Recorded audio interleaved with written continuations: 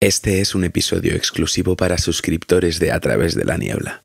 Si nos estás escuchando, muchas gracias por tu apoyo.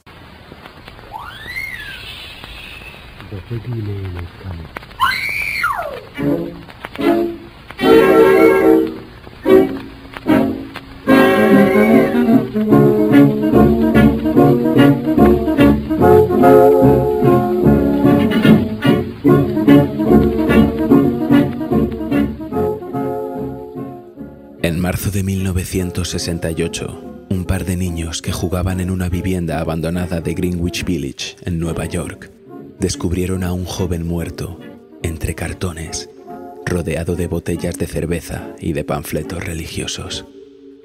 No había signos evidentes de violencia. No llevaba ningún tipo de identificación. El cuerpo era desconocido y no fue reclamado.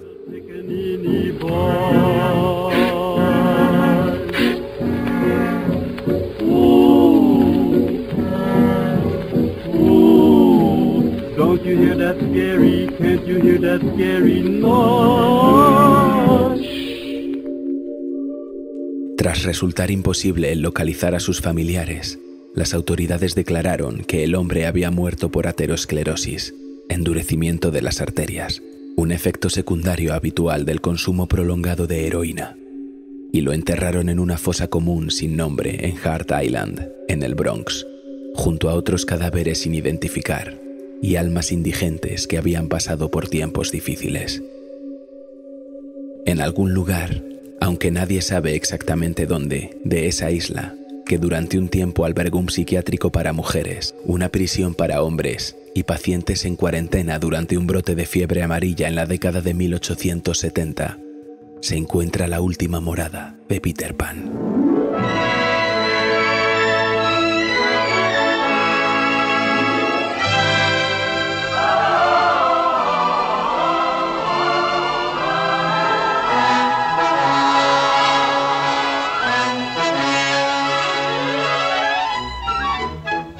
A través de la niebla. Esa isla es el lugar de descanso de Bobby Driscoll, que se hizo famoso a los 9 años con un papel protagonista en la controvertida Canción del Sur de Disney. Ganó un Oscar a los 12 y a los 16 puso voz al papel principal de la clásica película de animación de Disney sobre ese niño que nunca quiso crecer. The second star to the right shines with a light so red. And if it's Neverland you need, this light will lead you there.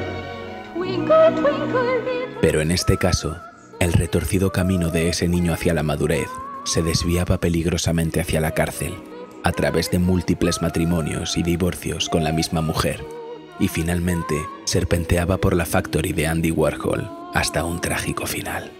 And when our journey is through, each time we say goodnight, we'll thank the little star that shines. The second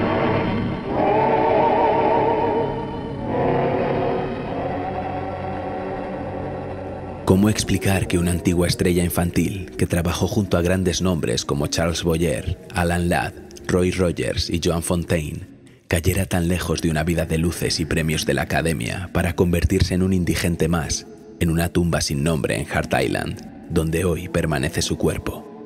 50 años después de su muerte, esa es una pregunta que sigue preocupando a algunos de sus amigos más antiguos. ¿Realmente no se recuperó del abandono de Hollywood?, reflexionaba el actor Billy Gray, que interpretó a Bud Anderson en la clásica comedia de situación Father Knows Best, y más tarde se hizo amigo de Driscoll. Le afectó mucho. Era heroinómano y no se podía hacer demasiado al respecto. Era fuerte, tenía un buen intelecto y debería haberlo sabido, pero fue una decisión que tomó y no podías convencerle de lo contrario.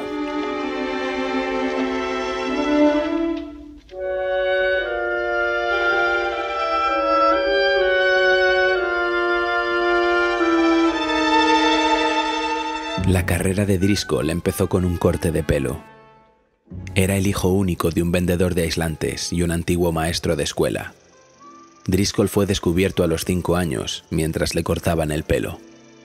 Un barbero de Pasadena me dijo que debía trabajar en el cine, así que un domingo nos invitó a su casa y su hijo estaba allí, recordó Driscoll durante una entrevista en la radio en 1946. Nos enteramos de que su hijo trabajaba en el cine y me consiguió una cita con su agente. Este consiguió un papel para mí.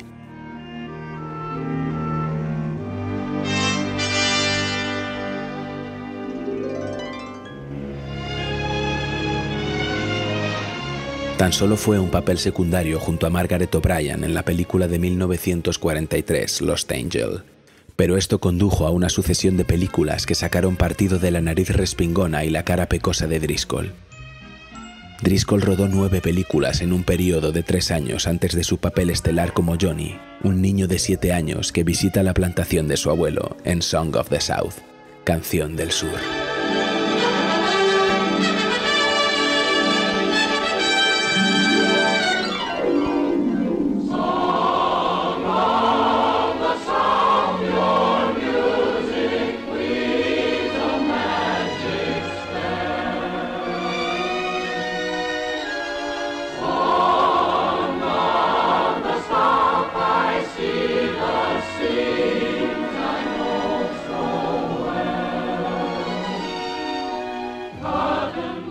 Aunque ese musical de acción real y animación acabaría representando un capítulo vergonzoso en la historia de Disney por sus estereotipos ofensivos y su representación acaramelada de la esclavitud, marcó el inicio de una fructífera relación entre el estudio y Driscoll, que se convirtió en el primer actor masculino en conseguir un contrato con Disney.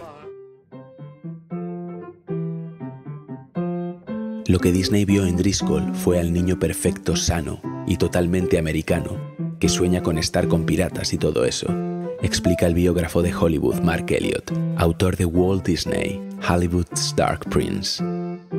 Bobby era el Mickey Mouse de acción real de Disney.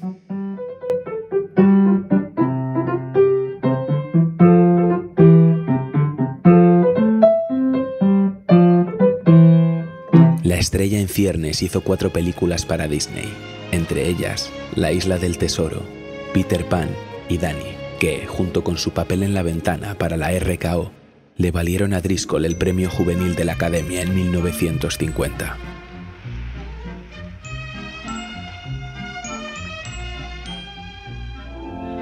Driscoll era también muy amigo de sus compañeros de reparto. Era encantador, comentaba Catherine Beaumont, de 85 años, que dobló junto a Driscoll la voz de Wendy en Peter Pan. Iba a su propio colegio público cuando no trabajaba. Tuvo experiencias normales con su grupo de iguales, igual que yo. Sin embargo, cuando Driscoll puso la voz a Peter Pan a los 16 años, ya no tenía la cara pícara que le mantuvo con un empleo remunerado de joven. Era otro adolescente más con acné. En el mundo actual, este relato es común y predecible. Una estrella que comenzó su carrera en Disney crece y sale de los confines del estudio. Pero actores contemporáneos como Miley Cyrus y Selena Gomez abandonaron voluntariamente la casa del ratón. Sin embargo, Driscoll no tuvo otra opción cuando el estudio dejó en la calle inesperadamente a su hijo dorado en 1953.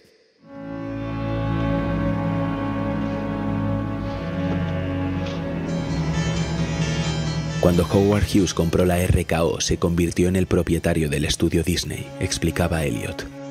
Controlaba el dinero y odiaba a Bobby Driscoll. Odiaba a los niños de Hollywood. Pensaba que eran precoces, que no eran reales y que eran increíblemente molestos. No quería que Bobby Driscoll siguiera en Disney. La separación fue devastadora. A Driscoll le comunicaron que ya no tenía contrato con ellos cuando se dirigía hacia la entrada del estudio, impidiéndole entrar ahí. Esa fue la notificación de que ya no le necesitaban.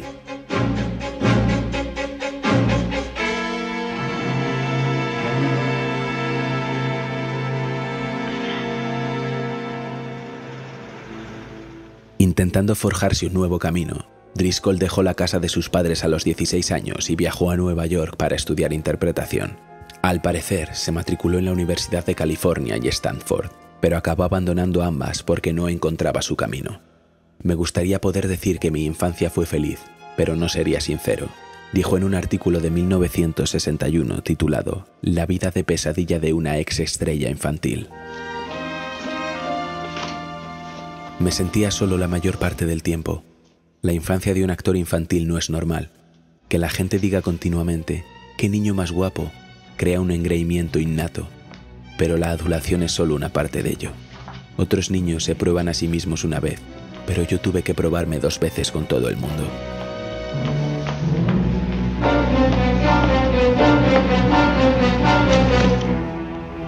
Aunque su carrera en la gran pantalla fracasó, Driscoll encontró un trabajo bastante estable en series de televisión como Dragnet y Rawhide, e intentó sentar la cabeza con una vida junto a Marilyn Jean Rush, una joven de 19 años a la que conoció en Manhattan Beach.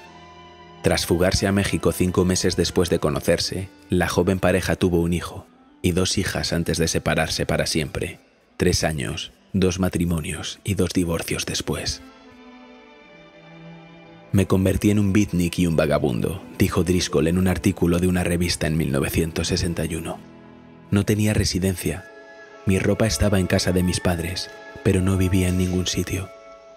Mi personalidad había sufrido durante mi matrimonio y estaba intentando recuperarla.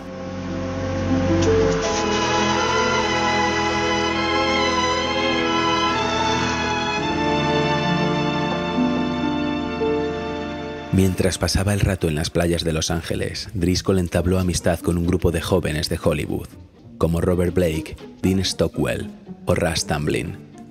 Solíamos jugar juntos al billar, recuerda Tamblyn de esos días de juerga.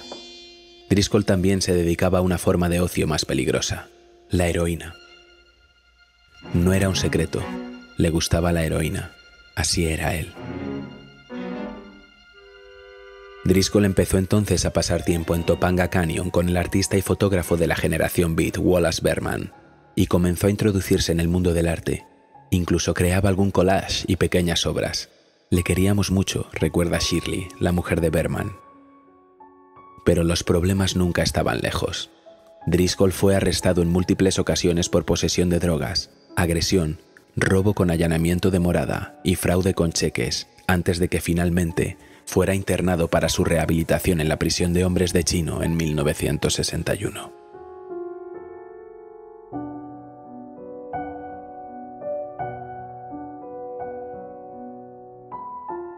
Lo tenía todo, dijo en una entrevista tras su condena. Ganaba $50,000 al año, trabajaba de forma estable con buenos papeles. Entonces empecé a dedicar todo mi tiempo libre a mi brazo. No estoy muy seguro de por qué empecé a consumir estupefacientes. Tenía 17 años cuando experimenté por primera vez con esas cosas.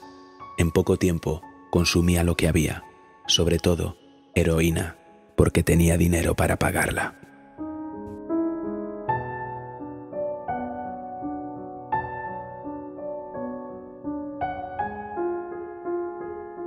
Las penas de cárcel eran el beso de la muerte para los actores de Hollywood en aquella época. Así que, tras trabajar brevemente como carpintero, Driscoll abandonó a sus hijos y se trasladó a Nueva York en 1965, donde forjó una insólita relación con Andy Warhol.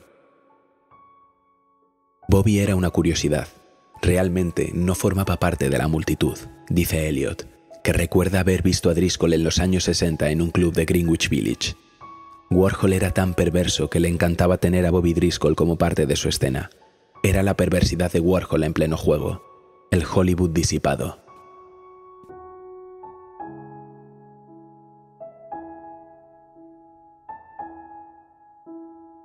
Nadie parece saber cómo pasó Driscoll, que entonces tenía 31 años, sus últimos días en Nueva York, y por qué acabó en un apartamento abandonado, donde aquellos chicos encontraron su cadáver. A diferencia de los extravíos de los famosos que se cuentan cada hora en los sitios de noticias y en las redes sociales, el fallecimiento de Driscoll se produjo en completo silencio.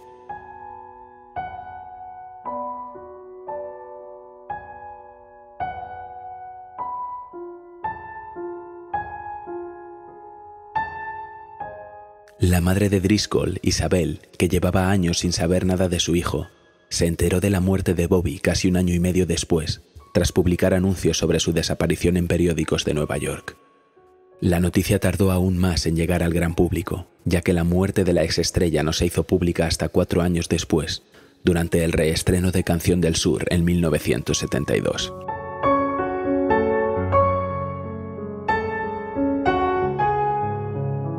La familia, los amigos y los fans se preguntaron cómo un chico que parecía tenerlo todo pudo caer tan bajo. Llegó a perder incluso su Oscar en algún momento durante un incendio doméstico. Su película, Canción del Sur, ha sido prácticamente repudiada por Disney, ya que nunca se ha estrenado en Estados Unidos en vídeo doméstico debido a su contenido racista. Nuestro pastor tenía una teoría, dijo la madre de Driscoll a Movie Digest en 1972 sobre lo que le había ocurrido a su hijo. Dijo que Bobby ya no quería ser un niño bueno. Había sido demasiado bueno. Quería ser todo lo contrario.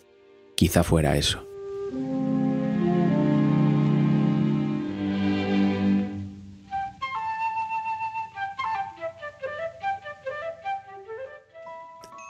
Elliot tiene un razonamiento mucho más aleccionador. Obviamente estaba enfermo, era adicto y estaba arruinado. Nadie vino a rescatarlo. Esa es la verdadera historia de Hollywood. Es una historia muy triste, pero nada más hay que echar un vistazo a Ha nacido una estrella. Es exactamente la misma historia.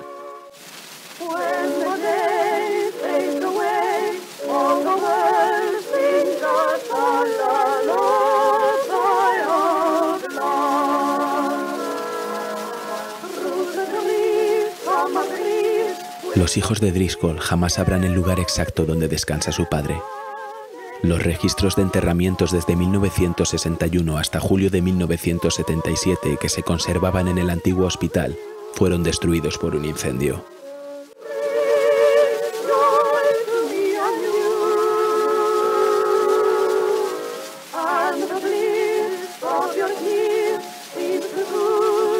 Está en algún lugar del norte de la isla, dice Hunt, uno de sus antiguos amigos, solo que no sabemos dónde.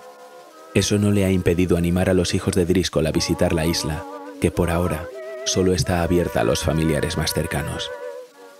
Mi sensación es que no es un lugar vergonzoso para ser enterrado, comentaba Hunt, que espera que algún día el cementerio sea accesible al público. Es un lugar muy bonito, muy bonito. Hay manadas de ciervos, mapaches rojos y todo un santuario de aves. Para Bobby Driscoll,